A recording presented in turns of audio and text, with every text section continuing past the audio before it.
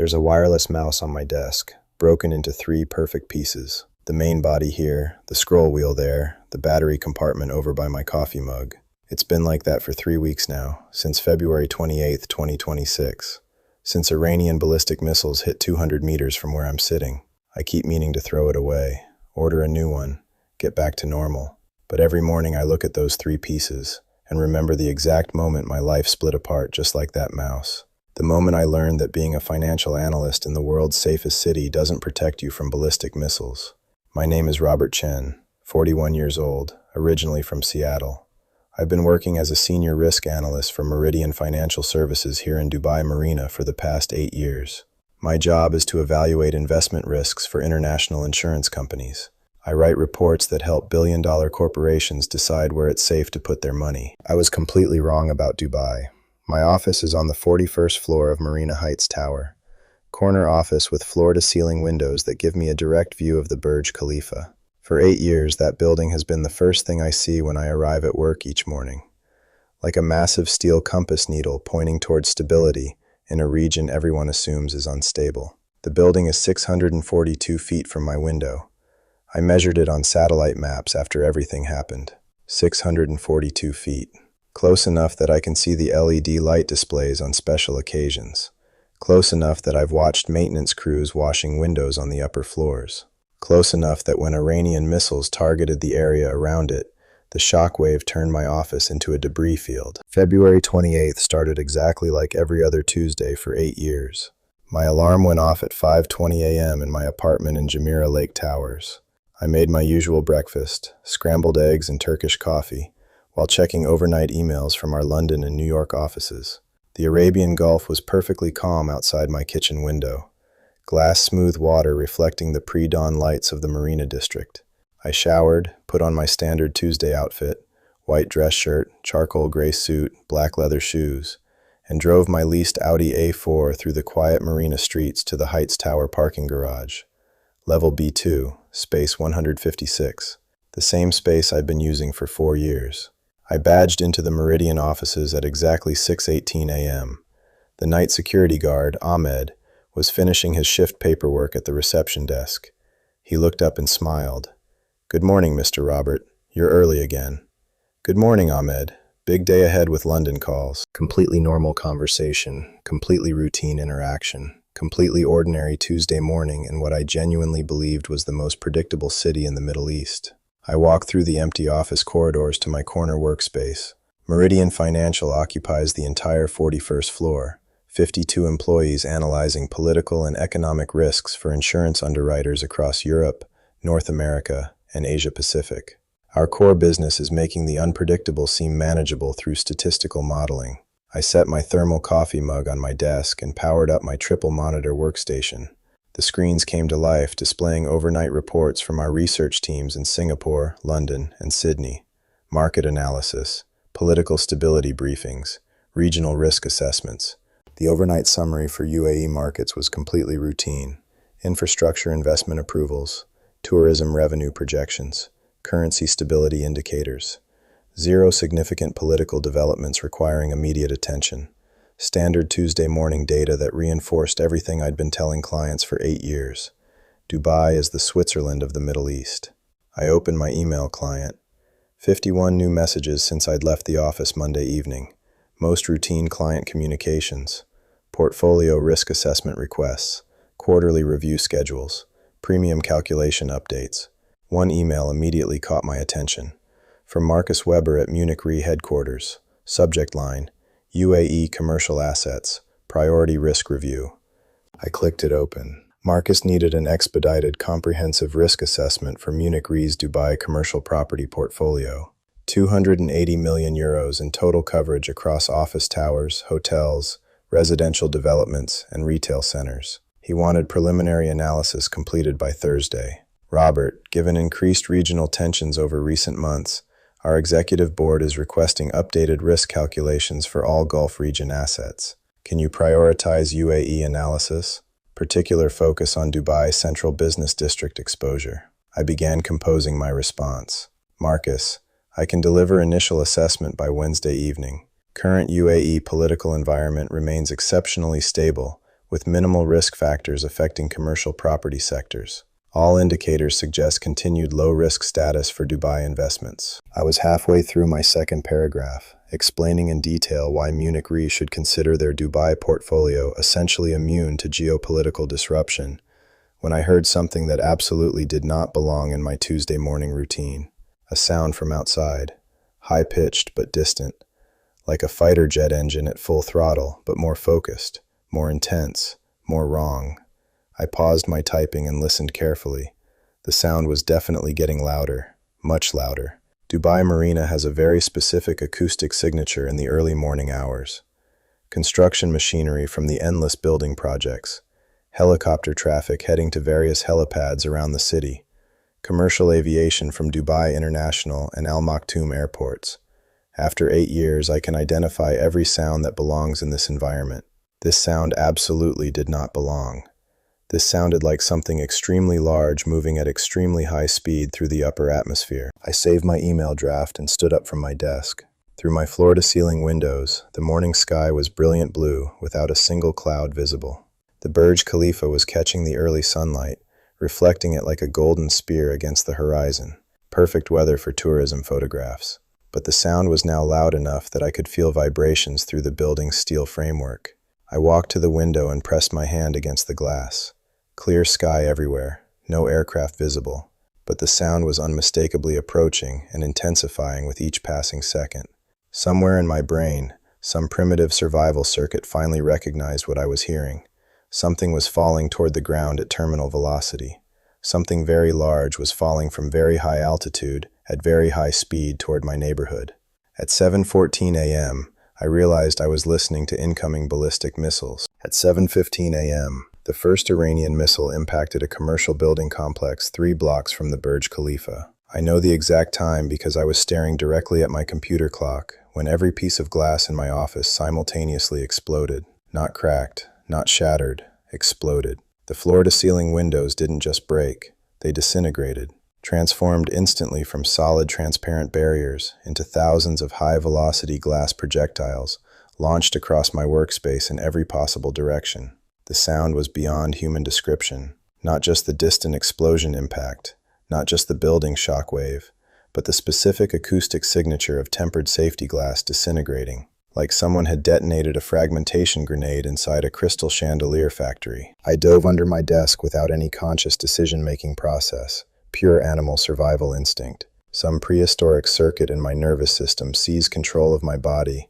and hurled it toward the nearest available solid cover. From underneath my desk, I experienced the next 60 seconds as a real-time symphony of systematic destruction. Safety glass fragments hitting the floor like deadly hail. My triple monitor setup crashing off the desk and exploding into electronic fragments when it impacted the floor. The sound of my office door repeatedly slamming open and shut as pressure waves traveled through the building's ventilation systems. My wireless mouse flew off the desk and shattered into exactly 3 pieces when it hit the floor. The main housing, the scroll wheel mechanism, the battery compartment, 3 distinct fragments of what had been functional computer equipment 90 seconds earlier. Car alarms beginning to activate in the parking areas 41 floors below. Not just a few vehicles. Every single car alarm in Dubai Marina going off simultaneously. A mechanical symphony of panic and confusion echoing off the glass facades of surrounding residential and commercial towers. Voices from elsewhere in the building. People I recognize from the Meridian offices. Jennifer from our European client services team. Hassan from regional political analysis. Human sounds of terror and absolute confusion mixing with the mechanical cacophony. And beneath everything else, a deep structural vibration. Not quite earthquake tremors. Not quite explosion aftershock. Something between the two. Like Marina Heights Tower was conducting an immediate structural integrity assessment to determine whether it could remain standing. I remained under my desk until the vibrations completely stopped. Perhaps 90 seconds. Perhaps 2 full minutes. Time didn't function according to normal parameters while I was hiding under office furniture, wondering if my building was about to undergo catastrophic structural failure. When I finally crawled out from under my desk, my office looked like a war zone. Every window was completely gone, not just broken, absent. The floor was covered in safety glass fragments and concrete debris that had somehow appeared from nowhere. All 3 computer monitors were destroyed. screens fractured in diagonal patterns across their entire surfaces, keyboard keys scattered randomly across the floor like plastic confetti. But my thermal coffee mug was still sitting exactly where I'd placed it on my desk, still full of Turkish coffee, still warm to the touch, completely undamaged. That single incongruous detail disturbed me more than all the visible destruction combined. Everything in my workspace was obliterated except my Tuesday morning coffee. I stood up carefully and walked toward where my windows used to exist. Glass fragments crunched under my leather dress shoes with every step. The sound was strangely satisfying, like walking across fresh gravel, except gravel doesn't slice through shoe leather. I reached the empty window frames and looked out at Dubai. The Burj Khalifa was still standing, still magnificent, still gleaming in the morning sunlight, completely intact and structurally undamaged. But there were thick columns of black smoke rising from multiple locations extremely close to its base. Several different buildings, several separate fires. The smoke was climbing straight up into the clear blue sky like dark vertical pillars supporting an invisible architectural structure. That's when I finally comprehended what had just happened to my life. Ballistic missiles, multiple direct impacts. Iranian military retaliation for something called Operation Epic Fury. Commercial buildings destroyed or heavily damaged. Fires burning out of control. People potentially killed or seriously injured. 642 feet from where I was standing in my devastated office. I tried to call my sister Jennifer in Portland. No cellular signal whatsoever. The mobile network was completely down. I attempted to use the office landline system. Dead dial tone. For the first time in 8 years of working in Dubai, I had absolutely no method to communicate with anyone outside this building. That complete isolation felt more terrifying than the physical destruction surrounding me. I was trapped in a destroyed office with no way to inform anyone that I was alive and uninjured. No way to determine if my colleagues had been hurt. No way to obtain reliable information about what was actually happening in the city around me. The silence was profound and deeply unnatural. No traffic sounds from Sheikh Zayed Road. No construction noise from nearby development projects. No normal urban background activity that usually defines Dubai's acoustic environment. Just car alarms. Hundreds and hundreds of car alarms creating an endless mechanical chorus, and the distant sound of emergency sirens getting progressively louder as they approached from multiple directions across the city. I sat back down in my office chair, somehow still functional despite everything around it being completely destroyed, and tried to mentally process what had just occurred to my carefully structured life. 1 hour earlier, I had been typing professional emails about political stability and investment security in the United Arab Emirates.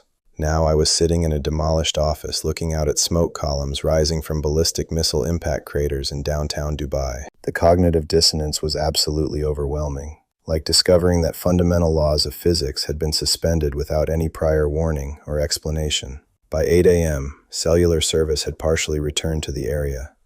My phone began buzzing continuously with incoming communications, text messages, voicemail notifications, missed call alerts. The network infrastructure was severely overloaded, but some data was managing to get through the system. 28 missed calls from my sister Jennifer in Portland. She had seen breaking news reports about missile strikes targeting Dubai. She was completely terrified. I managed to call her back. The connection quality was terrible with heavy static and frequent signal drops. Rob? Rob, oh my God, are you okay? CNN is reporting that Iran launched missiles at Dubai. Please tell me you're safe.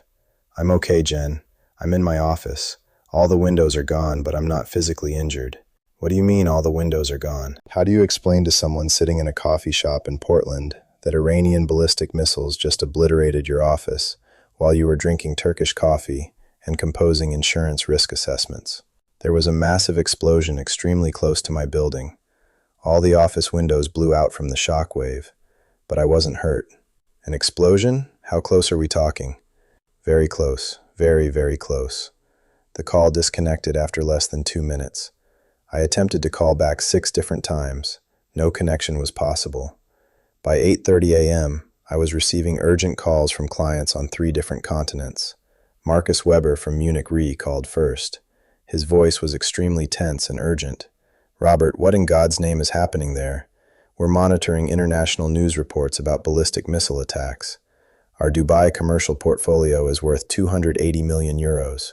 Is it secure? I was sitting in my completely destroyed office, staring out at smoke plumes rising from damaged commercial buildings, trying to formulate some kind of professional response. Marcus, there have been multiple missile impacts in the central business district, affecting commercial structures. I can see heavy smoke from several fires from my office location.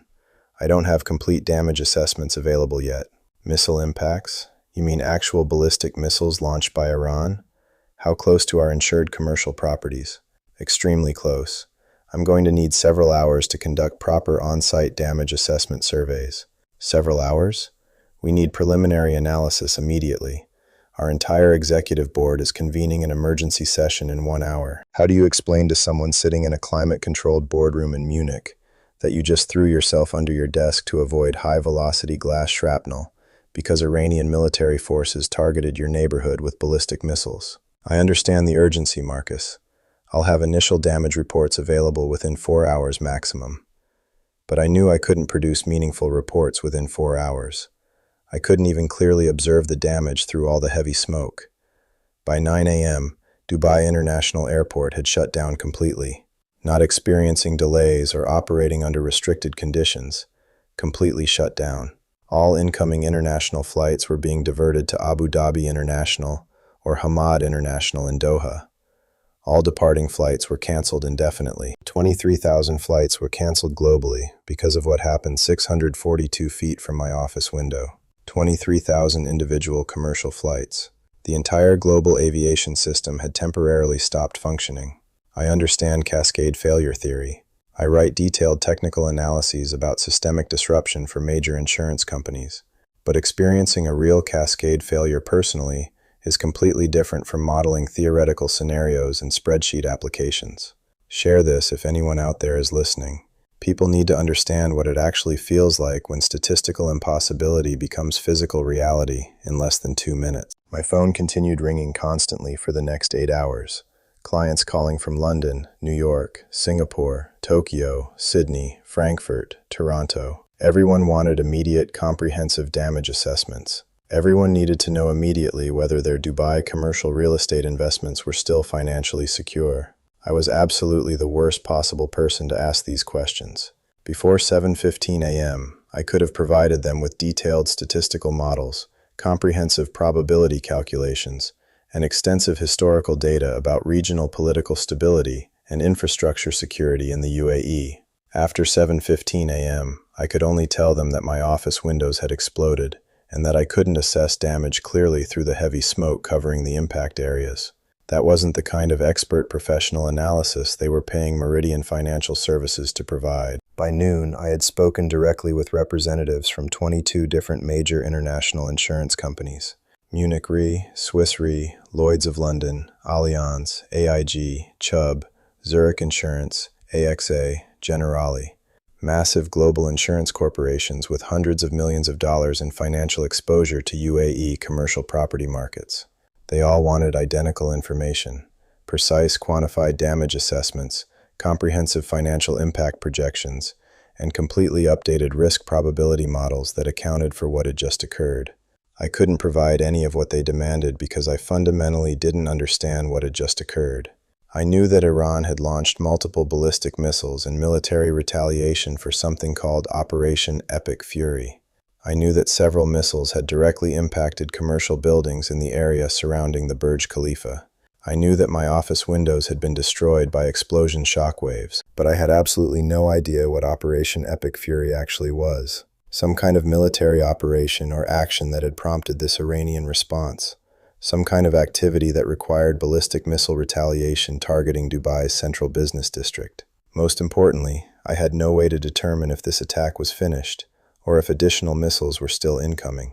That fundamental uncertainty was more psychologically terrifying than all the physical destruction, not the shattered windows or ruined equipment, the complete inability to know whether it was over. By 2 p.m., international journalists were calling my office. CNN International, BBC World Service, Reuters, Bloomberg News, Al Jazeera English. They wanted expert analysis from someone working in the regional financial services industry, someone who could explain the economic implications for international business investment. Mr. Chen, you work for one of the Gulf region's leading financial risk assessment firms. In your professional opinion, what do these Iranian attacks mean for foreign commercial investment in Dubai's business sectors? I believe it's too early to make definitive statements about long-term investment implications, while immediate damage assessment is still ongoing. But surely you must have some preliminary professional analysis. Your company specializes in exactly this type of geopolitical risk evaluation for major international clients. How do you explain to a television journalist that your company's geopolitical risk analysis models never included ballistic missile strikes in downtown Dubai, because every single expert in the industry assumed that scenario was functionally impossible? Our analytical team is currently gathering comprehensive field data. We'll have detailed professional analysis available within 96 hours. But I knew we wouldn't have comprehensive analysis within 96 hours. We didn't have established analytical frameworks for this type of unprecedented event because we never believed this type of event could actually occur in Dubai. The international insurance industry response was immediate and absolutely catastrophic for regional markets. By 4 p.m., premium rates for UAE commercial property coverage had increased 380% overnight. 380%. Not a gradual adjustment based on revised risk calculations.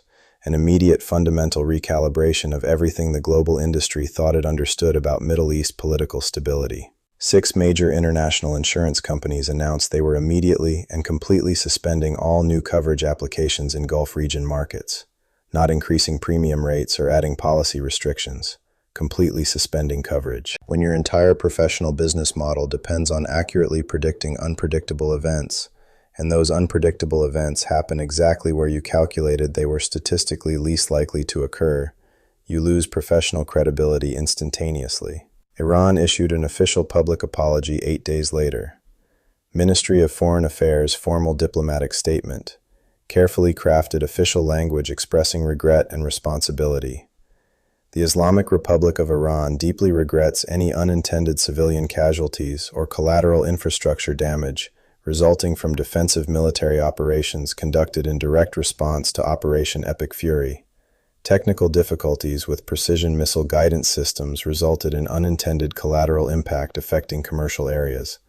We extend our most sincere condolences to all affected families and communities. They apologized, like their ballistic missiles had experienced technical GPS malfunctions and accidentally targeted the wrong geographic coordinates. Sorry about the inconvenience and property damage. Our targeting technology was imprecise. Didn't specifically intend to destroy office buildings in Dubai Marina. Technical guidance malfunction. 1 civilian in Abu Dhabi was killed by missile shrapnel. 1 completely innocent casualty. A 28-year-old man named Omar al-Rashid, who worked in telecommunications. He was walking from the parking garage to his office building when missile debris fell from the sky and ended his life instantly. I think about Omar al-Rashid every single day since this happened. I wonder what he was thinking about at exactly 7:15 a.m. on February 28th. Was he planning his workday schedule? Texting someone he cared about? Looking forward to something pleasant after work? I'll never have answers to any of those questions, but I know that he was exactly like me, a person conducting his completely normal Tuesday morning routine when ballistic missile attacks transformed his regular commute into his final moments alive. The professional restoration process took 5 full weeks. Specialized cleanup crews replaced all damaged windows throughout Marina Heights Tower. Industrial cleaning teams swept up all glass and concrete debris from every affected floor. Security contractors installed upgraded blast-resistant window systems throughout the entire building. They made everything appear completely normal again. But normal stopped existing on February 28, 2026.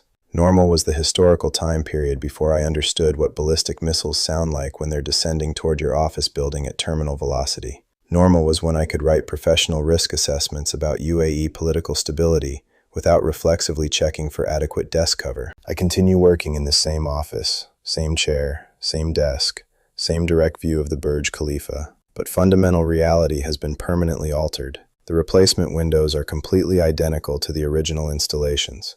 Same technical specifications, same safety ratings, same spectacular panoramic view. But I cannot stop thinking about how easily and completely they disintegrated. Tempered safety glass, specifically engineered to fragment into small, supposedly harmless pieces during failure. But when those pieces achieve high velocity across an enclosed workspace, supposedly harmless becomes could have killed me if I hadn't been extremely fortunate to seek adequate cover quickly enough. I don't know how much longer I can keep recording these personal accounts. Subscribe if you want to hear what happens when your professional expertise becomes a daily reminder that mathematical certainty is a complete illusion, because there's always more. There's always another panicked client with another impossible question about another risk scenario that just became devastating reality. My clients continue requesting updated comprehensive risk assessments. They want completely revised probability models and new statistical analyses that somehow incorporate the events of February 28th into their investment decision-making processes. I provide exactly what they request: numbers, percentages, professional reports with detailed executive summaries, and color-coded risk assessment matrices. But I don't tell them that every Tuesday morning at exactly 7:15, I stop whatever I'm doing and listen carefully for sounds that don't belong in my established routine. I don't tell them that I keep one small fragment of broken safety glass from my destroyed office in my desk drawer, not as some kind of souvenir or memento, as tangible physical proof that statistical impossibility can become concrete reality in under 2 minutes. I don't tell them that I've completely eliminated phrases like minimal risk probability and essentially impossible scenarios from all my professional client communications, because I learned on February 28th that essentially impossible simply means our mathematical calculations have been systematically and fundamentally incorrect. The global financial markets eventually recovered and stabilized. Stock market indices, international currency valuations, commodity futures prices, everything found new equilibrium levels that factored in permanently increased regional volatility expectations. The international insurance industry required much longer recovery periods. Some major companies permanently withdrew from all Middle Eastern markets. Others completely restructured their entire approaches to geopolitical risk assessment and premium calculation. I'm still here in Dubai Marina, still evaluating investment risks, still writing detailed reports about probability mathematics and statistical likelihood, but I use fundamentally different analytical language now, more conditional phrasing, more explicit uncertainty acknowledgments, more direct recognition that black swan events occur far more frequently than our mathematical models predict or account for. Every single report I produce now includes an expanded disclaimer section that didn't exist before February 28th. This risk analysis is based on currently available historical data and existing geopolitical stability assessments. However, unforeseen developments with severe financial impact potential remain possible regardless of calculated statistical probability ratings. Past regional performance does not guarantee future political stability. That disclaimer represents my professional method of stating, ballistic missiles can completely obliterate your office building while you're composing emails about how geopolitically stable and predictable your region is. Tomorrow I have scheduled conference calls with clients in Munich, Zurich, and London. They want completely updated risk assessments for their Dubai commercial property portfolios. They want precise, quantified probability calculations for future ballistic missile attack scenarios in UAE markets. I'll provide them with detailed numbers, comprehensive charts, statistical models, and thoroughly professional executive summaries. But what I won't tell them is that quantified probability assessment is fundamentally a mathematical comfort mechanism we use to make absolute uncertainty feel manageable and predictable. Statistical risk models don't account for the specific acoustic signature of tempered safety glass disintegrating at high velocity. They don't factor in the visual impact of smoke columns rising from buildings you cannot identify through heavy atmospheric haze. They don't calculate the profound psychological effect of realizing your professional expertise is completely worthless when ballistic missiles start falling from perfectly clear blue skies. That's what I learned on February 28, 2026. That's what happens when you're working 642 feet away from the most recognizable building on Earth, and Iranian ballistic missiles use your neighborhood for precision military targeting practice. The broken wireless mouse remains on my desk in exactly the same position, still in 3 distinct pieces where it landed: the main housing unit, the scroll wheel mechanism, the battery compartment. I could easily order a replacement online and have it delivered within hours. Restore my computer workstation to complete functionality. I don't replace it, because replacing it would mean accepting that ballistic missile strikes in Dubai Marina are events you plan for and prepare for, rather than events that happen once and permanently change everything you thought you understood about the world and your place in it. I'm not ready to accept that reality yet.